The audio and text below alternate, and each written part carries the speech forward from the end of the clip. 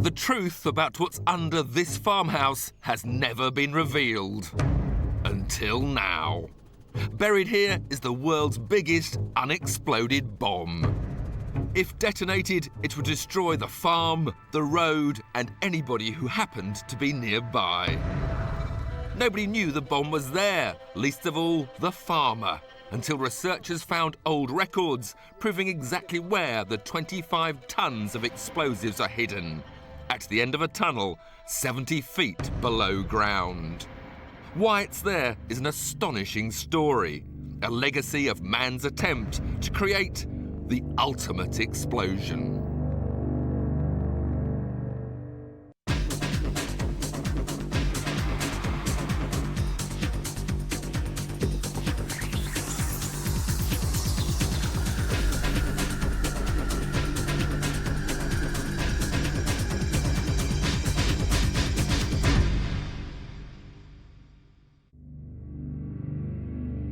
For more than 1,000 years, in war and peace,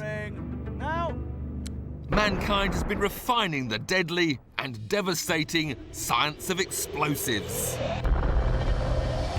No technology ever moved so far, so fast, ramping up explosive power 100,000 times over 50 years, leading ultimately to this.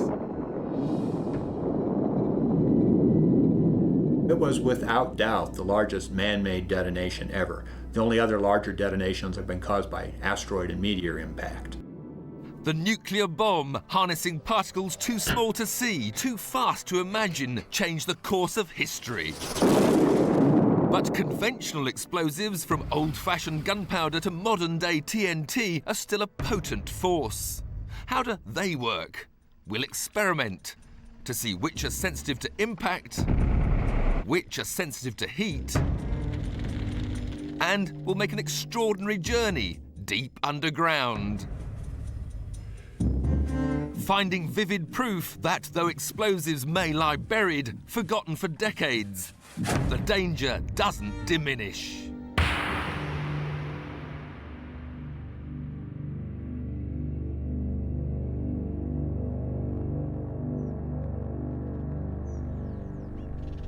The small Belgian town of Messines has a violent history. It was here during the First World War that the awesome power of explosives was demonstrated for the first time. This is the evidence. These are giant craters now filled by rainwater left by a single, quite extraordinary act of war. 1 million pounds of explosives buried deep underground was detonated, killing 10,000 unsuspecting soldiers. It was the bloodiest 30 seconds in the whole history of armed combat. It was quite unique. There'd never been so much explosive in a small area before in history. The plan was born out of desperation.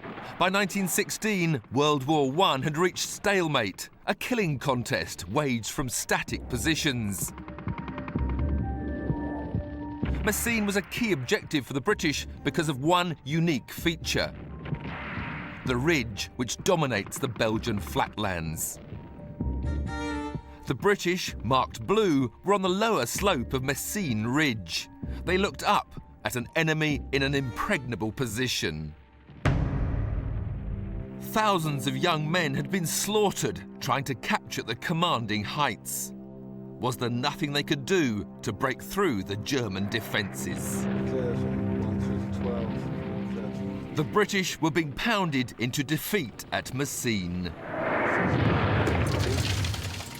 Until one of the oldest of military stratagems promised a way out of their dilemma. You had trench lines that in many cases were very close together. And you have a situation that's closely akin to, in effect, siege operations. It didn't take very long for the old-fashioned siege techniques of digging underneath and attacking them from below by trying to blow the enemy defences to take hold.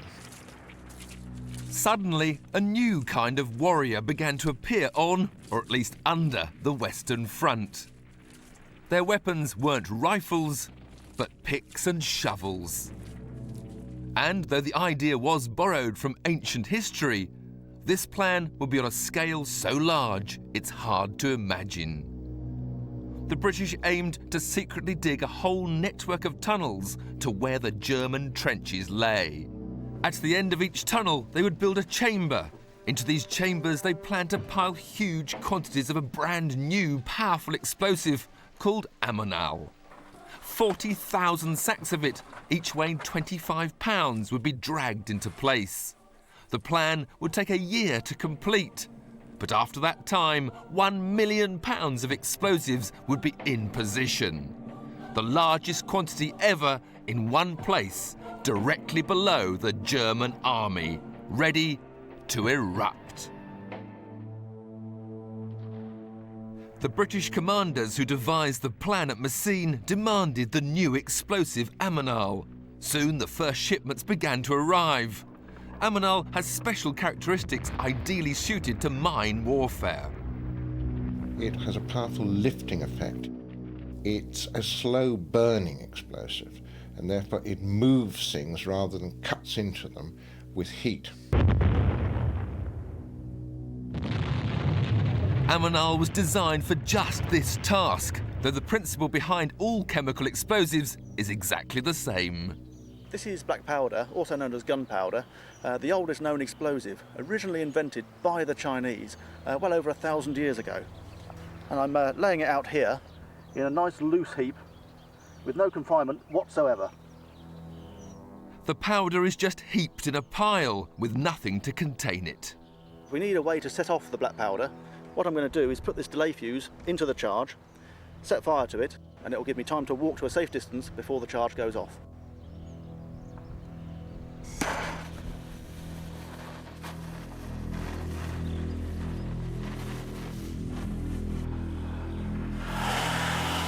The powder simply burns, releasing smoke and hot gases harmlessly. Burning like this is called deflagration as opposed to detonation.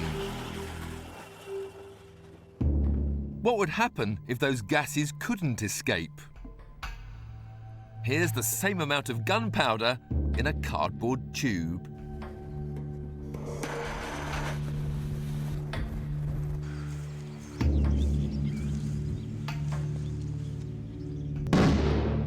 This time, a powerful explosion.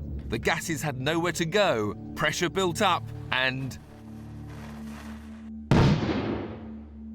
the same would happen, but on a giant scale at Messines. The ammonal would be tightly confined in the mine chambers, and its ingredients make it 3 times more powerful than gunpowder. Ammonal is basically about 2/3 ammonium nitrate, the remaining third consisting of a mix of TNT, aluminium and a certain amount of charcoal. So, just how powerful is it? We'll detonate 4.5 kilos, about 9 pounds. At Messines, each individual mine was as large as 90,000 pounds. Once the charge is primed, only the expert and a remote camera are allowed to be this close. The minimum safe distance for this explosion, 1,000 feet away. The firing circuit must be checked, and then... Stand by for firing! Firing! Now! Debris is thrown 100 feet into the air and takes a little while to come down. So how much damage will our own miniature mine have caused? This is the effect of just 4.5 kilos. The charges during the First World War were 10,000 times bigger than this. The British hoped that this, magnified thousands of times, would wipe out an entire German army. The British wanted to cause the biggest explosion the world has known up till that moment. Not just to blow the Germans into the air, but to cause an artificial earthquake, a psychological shock to the defenders. The British were counting on the element of surprise, but how could they keep such a vast undertaking secret? 50,000 men engaged in mining, and the logistic effort was enormous. So the timber needed, the explosives, the special equipment, etc. The existence of the tunnels was kept secret even from the British troops, in case they were captured and questioned. But the greatest security threat wasn't from German interrogators, but from the local geology. Deep down, the tunnellers were cutting through what's called blue clay, and tens of thousands of tons of it had to be brought up to the surface. Blue clay was very different from the brown surface soil. The German aerial observation went over every day, and they could see the places where actually the blue clay was concentrated. And then they know these are the places where they were digging. To protect the secret, every last shovelful of blue clay had to be loaded into sandbags, then carried away from the front line under cover of darkness. They would put it into shell holes, cover over the top with topsoil, or use it to fill up old dugouts that weren't needed. But they had to hide it. Finally, with the Germans very close to discovering the secret, the warren of mineshafts was complete. All the mines would be detonated at the same instant. Then the troops would charge forward to the top of Messines Ridge. Nothing was left to chance. Like 21st century battle commanders, British generals even ordered a full-scale model of Messines for the troops to study. They ordered 100,000 soldiers up to the front line and a massive artillery barrage to pound the German trenches right into the night before the attack.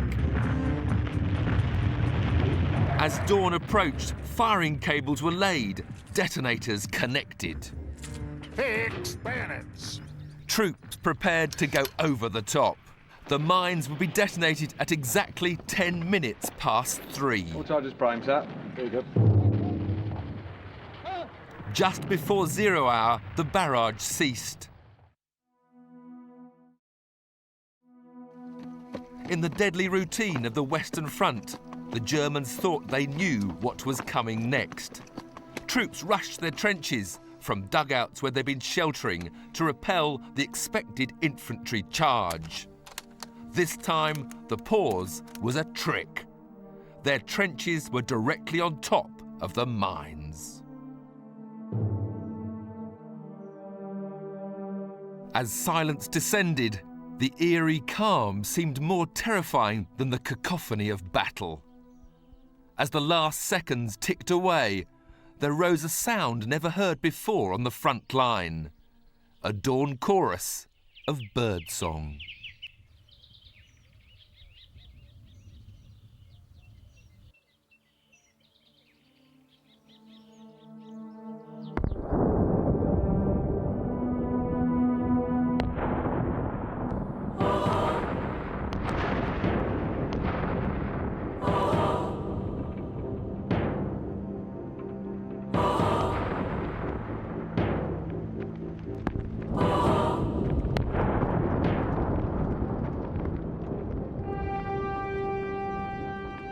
It must have been something incredible.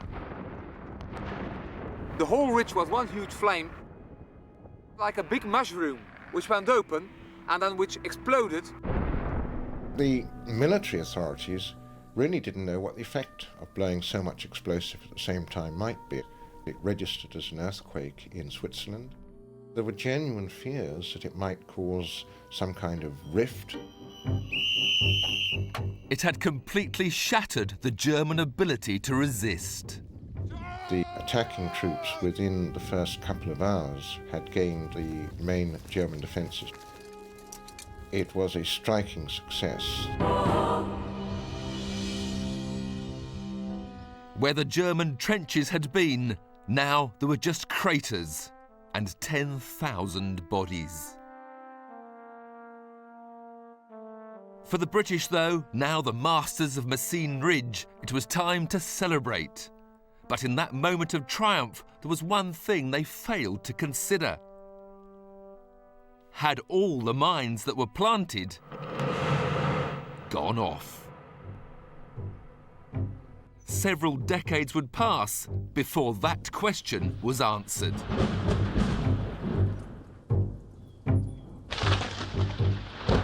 It was was a sultry summer's evening in 1955 when the storm finally broke over Messines village. It wakened memories of days gone by, when the roar of giant guns rocked the town. It also awakened something more sinister.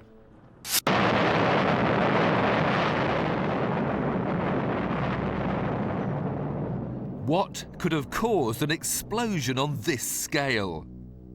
What had been a cornfield was now a massive hole, 60 feet deep, 200 feet wide.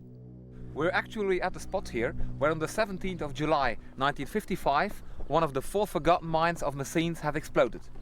It caused a huge crater between here and these houses in the distance. For the whole village it must have been an enormous shock. The crater has since been filled, but it's easy to see how close it came to wiping out these houses. The lightning had struck one of these poles, which flashed the charge underground to the buried explosives. Amazingly, no one was hurt. Villagers thought this was a 1 in a million freak occurrence, but now experts have discovered long-forgotten battle plans. And there's bad news. There are 3 others. There's one behind us in the field, one in that direction, and one here in front of us. It was an immense crater in 1955. If the 3 others would come to a simultaneous explosion, I think it would be a real catastrophe here.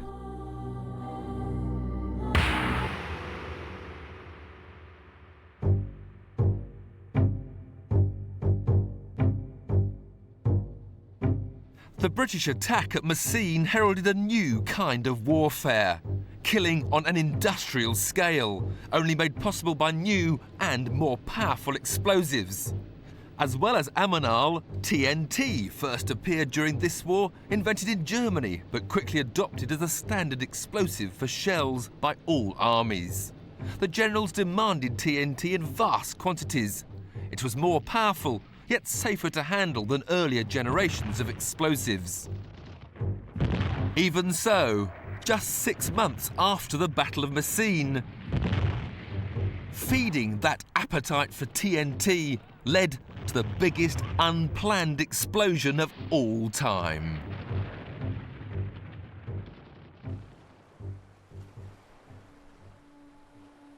The sea in this part of the world is everything. For Halifax, Nova Scotia, a deep-water harbour on Canada's eastern seaboard, ships are the city's livelihood. But one ship in particular nearly spelled the death of Halifax, proving that where there are explosives, danger is never far away. The Halifax explosion is the largest prior to the atomic bombs. There's no explosion prior to 1945 that matches it. During the First World War, Halifax played a vital role in sending explosives and other war materials from North America to the Western Front. Many of the explosives used at Messines passed through here. Halifax harbour approaches were always crowded with shipping.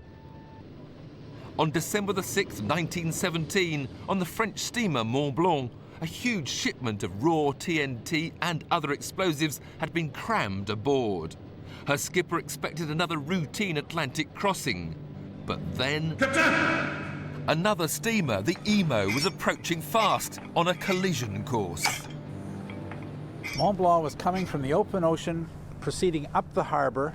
Emo had been in the Bedford Basin at anchor, ready to go out to sea. A collision would be bad enough, but the Mont Blanc on the right was a giant floating bomb.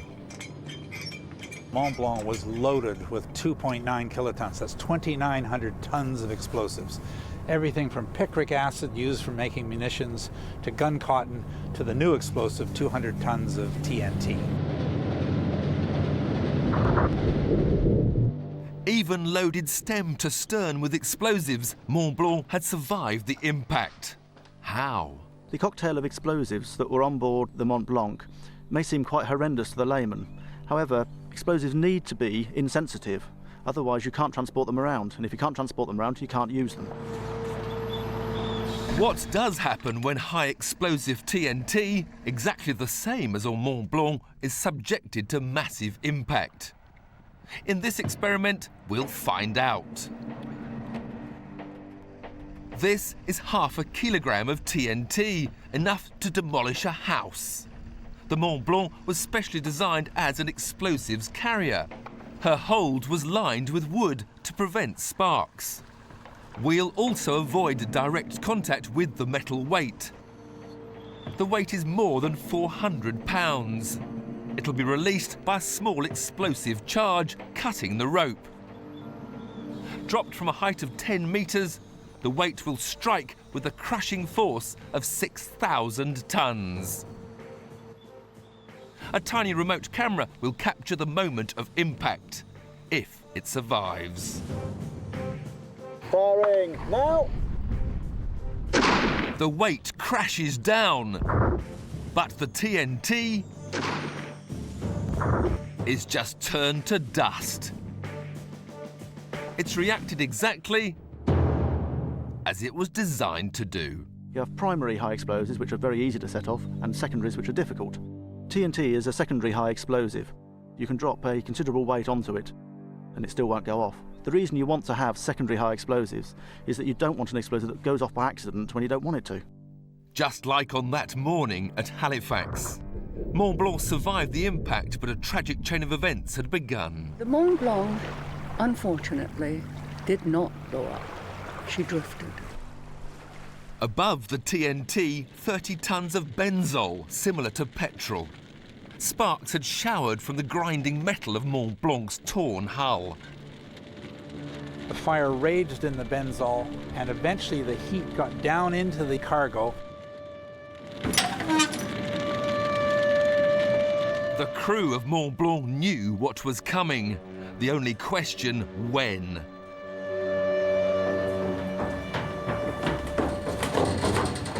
They raced to abandon the blazing ship, leaving her to drift across the harbour towards Halifax City. That 15-minute delay made it particularly tragic for the population in Halifax. You can imagine, with the ship burning in the harbour, everyone in Halifax lined the hill, stood there, stopped, and watched. The blazing vessel was drifting to precisely where she'd do the most damage. But with the fire on board now an inferno, why didn't she explode? Another experiment will provide the answer. We'll create a fierce blaze using kerosene as the fuel.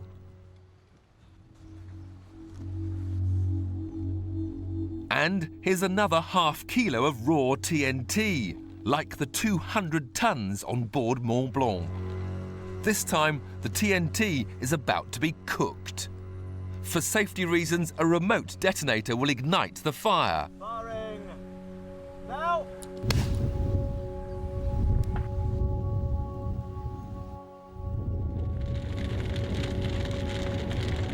But will the heat of the fire set off the explosive?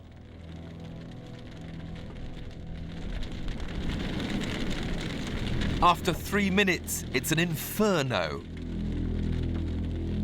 But you can see the TNT, one of the most powerful of modern explosives, simply burning. TNT, like other secondary explosives, requires a very heavy shockwave in order to set it off. You need a detonator, which gives it a really hard smack. When it's put in a fire, there's no shockwave produced, so it will not go off. The thousands of tons of raw explosives on Mont Blanc might just have burnt out harmlessly like this. There might have been no disaster, but for a final and fatal piece of the jigsaw. The Mont Blanc had been blazing for 15 minutes. She was now right alongside the crowded shoreline of Halifax Harbour, and her cargo included a quantity of artillery shells. The detonators inside the shells were exactly what was needed to trigger the raw TNT. It's easy to imagine the excitement in the crowds there watching, with no idea of the danger they were in.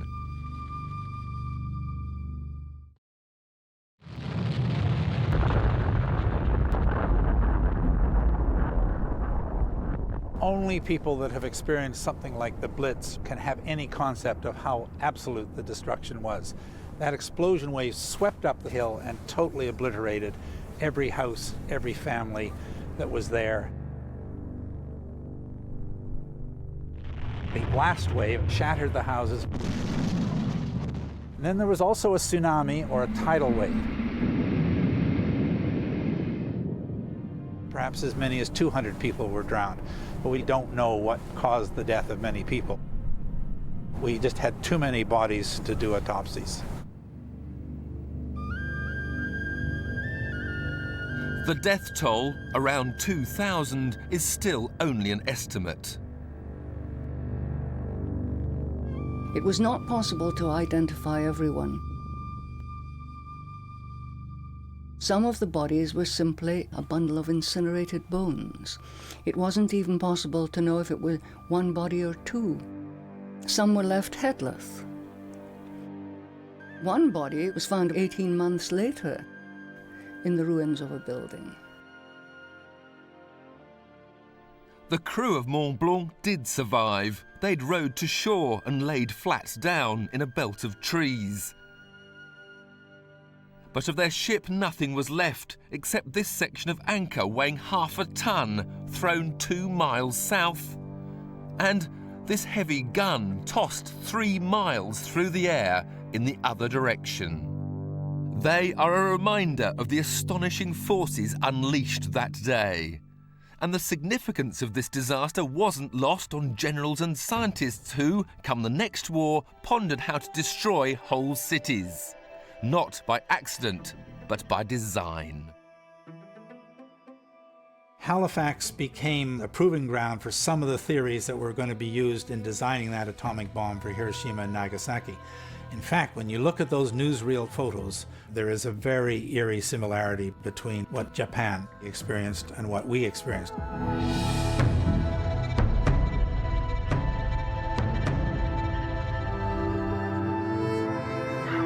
Only one generation had passed when, in 1939, conflict again engulfed the world.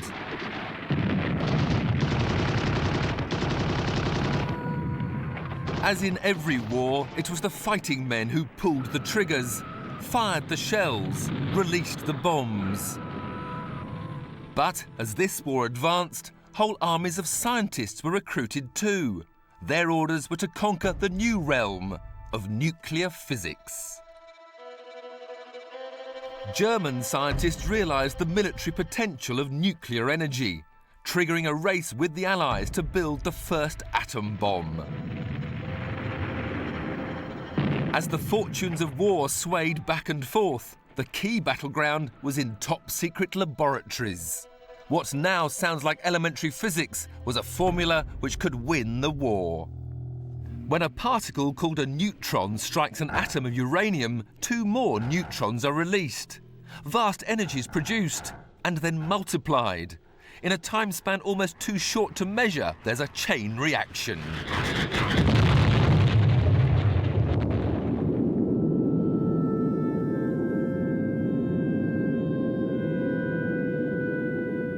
The proving ground for this theory, promising unlimited explosive power, would be here in New Mexico. In 1943, the world's most brilliant physicists were gathered in the utmost secrecy at a place called Los Alamos.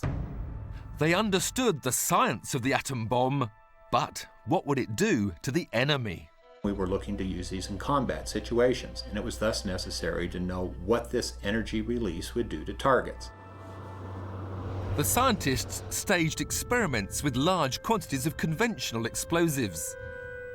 This is what 100 tons of TNT looks like, piled up at the New Mexico test site. It's less than 5% of the explosives which went off in the Halifax disaster. But when it blew up, the fireball was visible for 60 miles.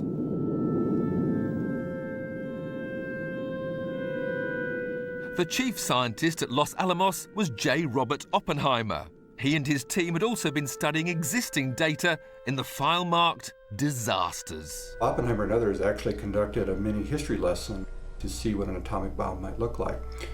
And the first very large detonation It was, of course, the 1917 Halifax Explosion. Why was this one so devastating? The scientists noticed something called the Mach stem effect. The Mach stem effect is basically the reflected shock wave coming off the ground and merging with the shock wave in the air for an enhanced, powerful blast wave. Because a ship is above the Earth's surface, an explosion shock wave shoots down as well as up. It's reflected and magnified. Scientists saw that this could make an atom bomb more devastating too.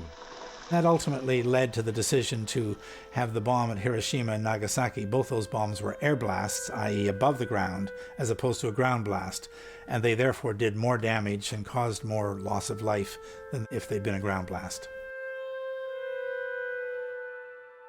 As scientists neared the day when they would test their theory, there was shocking confirmation of their predictions. Almost as if fate had ordered another experiment on a huge and tragic scale.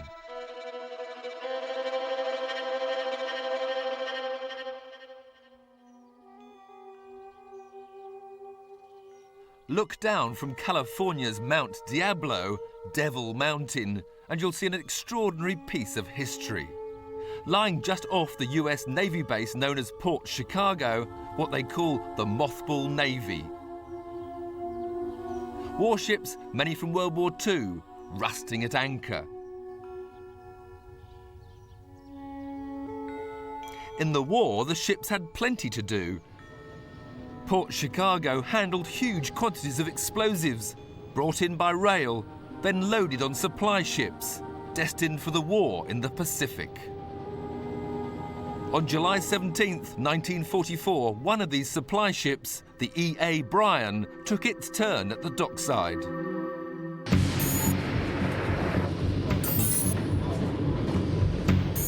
Loading the explosives was a punishing business. The dock workers, all of them black enlisted men, were under extreme pressure to make a rapid turnaround. That night, the E.A. Bryan was receiving cluster bombs, depth charges, and incendiary bombs. And it's interesting to note that the incendiary bombs were what we would call hot. That is, they were fused, ready to go into action. Could be tripped at any moment. With 4,000 tons already aboard, 500 more on the dockside, and the men rushing to finish, something cataclysmic happened.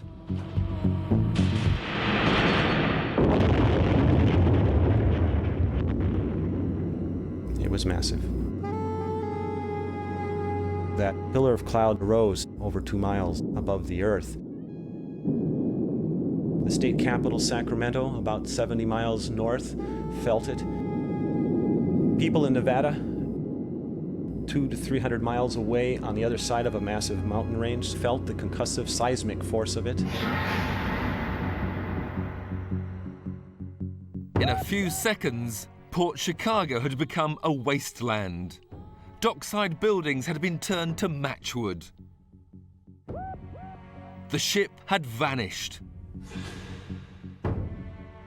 All but these 2 chunks of the keel and hundreds of smaller pieces scattered over 5 square miles. 320 sailors were killed. Body parts were found in various places.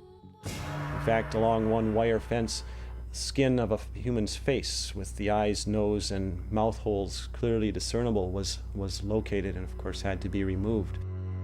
What caused the blast is still unknown. An accident in handling the live munitions was judged most likely, but scientists were less interested in the cause of the explosion than the effects. Port Chicago was of interest to the scientists at Los Alamos because it proved to be a model for what an atomic bomb might look like.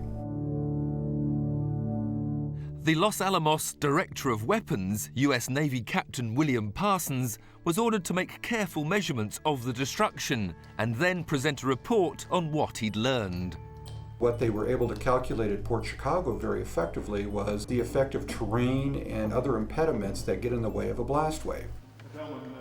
There were actually survivors of this blast very close in who normally you would think would have been killed who were shielded by structures and managed to survive. The column of fire rose. The data confirmed that if the point of explosion had been higher above the ground, the shock wave would have been more widespread. The second thing was how far away from the burst you had to keep the air crews so that they could survive.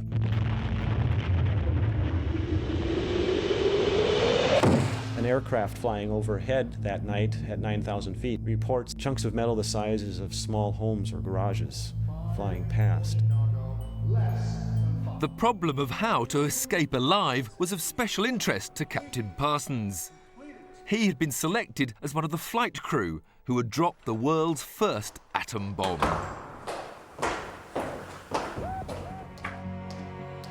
That day came on August the 6th, 1945. And the lessons learned from both Halifax and Port Chicago would be put into effect. The bomb was dropped from 30,000 feet, giving the crew time to escape. It had been set to detonate 2,000 feet above the ground to maximize its destructive power. In the explosion itself, and from the after effects, 140,000 people died. After a second bomb was exploded over the city of Nagasaki 3 days later, Japan finally surrendered. Now the world knew the awesome power of America's atom bomb. But before long, even this would be overshadowed by the ultimate explosion of all time. The order of magnitude is almost incomprehensible, but one way you can look at it is that the bomb dropped by the Soviets was on the order of 6,000 Hiroshimas, all in one shot. It was on this frozen desert island, in the most dangerous period of the Cold War, that the ultimate explosion took place. Novaya Zemlya in the Arctic Barents Sea is where the Russians demonstrated their nuclear might, testing bombs of ever-increasing power.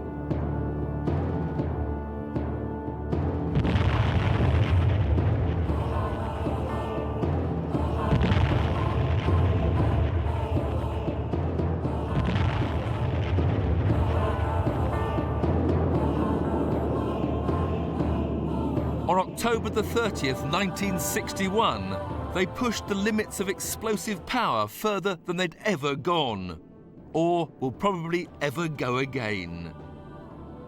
This bomb was codenamed the Tsar. It contained the equivalent of 58 million tons of TNT, or all the explosives used in World War II, multiplied by 10. The science of bomb making had changed radically since the first atomic test in New Mexico in 1945. 5, 4, 3, 2, 1. Early atom bombs like this worked through what's called nuclear fission. Hydrogen bombs use a still more powerful process known as fusion. Inside an H-bomb, an initial atomic explosion is used to force together isotopes of hydrogen. The pressure's so great that the atoms fuse, releasing enormous energy. With an atom bomb, there is a practical upper limit where you can only put in so much fuel before it would just self-destruct from pre-detonation. There's no theoretical upper limit on how big a hydrogen bomb can be. Although beaten to build the first atom bomb, Russia caught up, then overtook America in building ever bigger hydrogen bombs. The Tsar, the biggest bomb, the most powerful device mankind has ever constructed, was to be their masterpiece. And a political showpiece too. 6 camera crews were assigned to film this unique moment in history. The aircrew were hand-picked. They'd been warned their safety couldn't be guaranteed. They could avoid being blinded by the light, but being knocked out of the sky was quite possible. The exact moment of release was controlled from the ground. The bomb had been given a parachute to slow its descent and give the crew more time to escape.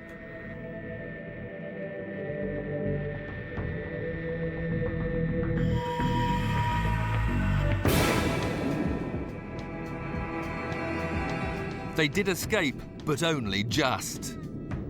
The plume rose right through the cloud layer and kept on rising.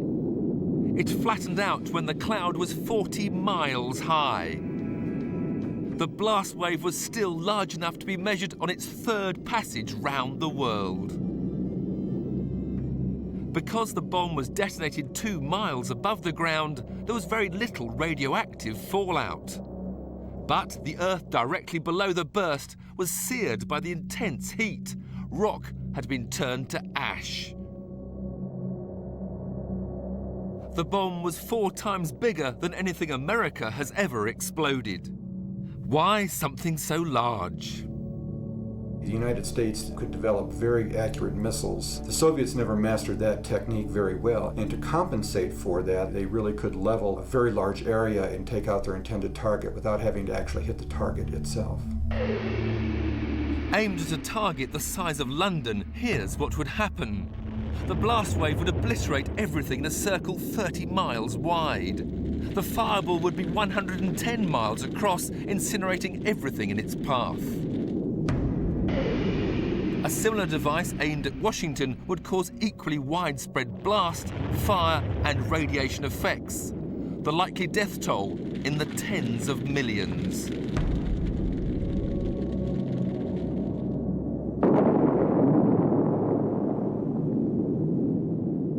But why did the quest for ever bigger bombs suddenly cease? As the destructive power increased, political leaders worried more and more that they were really playing with fire. In 1963, the superpowers banned bomb tests in the atmosphere, underwater, and in outer space. I think that the Soviet detonation will probably be the biggest ever man-made detonation in the future as well. And so the soldiers and scientists have packed up and flown away. This island's days as a bomb site are history. But history has a way of returning to haunt us, nowhere more so than the World War I battlefield of Messines Ridge. The explosion of June the 7th, 1917, huge though it was, now pales in comparison to those of the following decades. But it's here that history won't release its grip, ensuring real and present danger. Just how many unexploded mines remained was one of the enduring mysteries from the First World War. Most history books said 2, but now those books will have to be revised. A careful study of old battle plans and war diaries has revealed 4, maybe more. And these are mines which are primed to explode. They could be touched off by nothing more than bad weather. A cluster of mines is in an area the British codenamed Birdcage. These weren't blown on the day of the attack because the front line had shifted after the mines were placed. Then, when the Germans attacked in that area in 1918, they were lost, or the positions were lost. Lost and entirely forgotten until one was struck by lightning in 1955, leaving the other 3 still armed and dangerous. They are in open fields, but of course people could be walking across those fields. The biggest mine of all is the most menacing. The 25 tons of explosives sitting underneath this farmhouse, known as Petit Douve. The mine's firing mechanism was damaged before the day of the attack, and it was abandoned. The Petit Douve mine was a big charge. In the event of it going off, the farmhouse would disappear. Whether they are aware of it, I've no idea, but I suspect not. But now they know the explosives are there, why don't they remove them? A journey deep underground will show how difficult that would be. Just across the French border at Vimy, the British also planted mines. though on a much smaller scale. Explosives experts, known as the Durand Group, who tracked down the lost mines of Messines, have been investigating underground here. Though the clay tunnels of Messines will now have flooded and all the tunnels collapsed, these, cut in hard chalk, are still accessible, just about.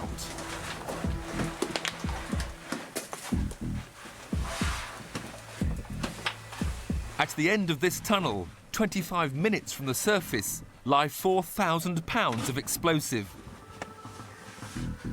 Exactly the same as at Messines. What you're looking at are bags of ammonal. That's the explosives they used. These are rubberized bags, clipped at the top and relatively waterproof. By and large, the contents are still quite viable. As far as the Messines mines go, they'll be completely flooded. The flooding in the tunnels would actually help to preserve the mines. So the probability is that even to this day, most of the explosives that are left there are still in good condition. The flooding will have created an oxygen-free environment, preserving what's inside. The detonators might deteriorate, and what we don't know is whether, in fact, they might become more sensitive with time as opposed to less sensitive. And then if you had a lightning strike in the vicinity, static electricity could induce a current in the cable to fire the charge. To learn that your home is on top of the world's biggest unexploded bomb is news that's difficult to take in. For farmer Roger Mailleur, whose family have been here for generations, there's not much he can do about it. I just asked the farmer what he thinks about the 50,000 pounds of ammonal, which is still under the soil here. And he says, yeah, well, that you have to live with such a thing. In 1955, when the mine exploded, he has heard that here. And there was a big trickling of the earth. And that's quite a few kilometers away. Yeah. Maybe it's just that in this part of the world, you get used to living in the shadow of history. Reminders of war, and especially man striving for the ultimate explosion, are everywhere. This is where the German victims of Messines are buried. The plaques reveal how devastating the mines were, claiming 10,000 lives on June the 7th, 1917. Will the mines that lie buried stay silent? Now that, nobody can say.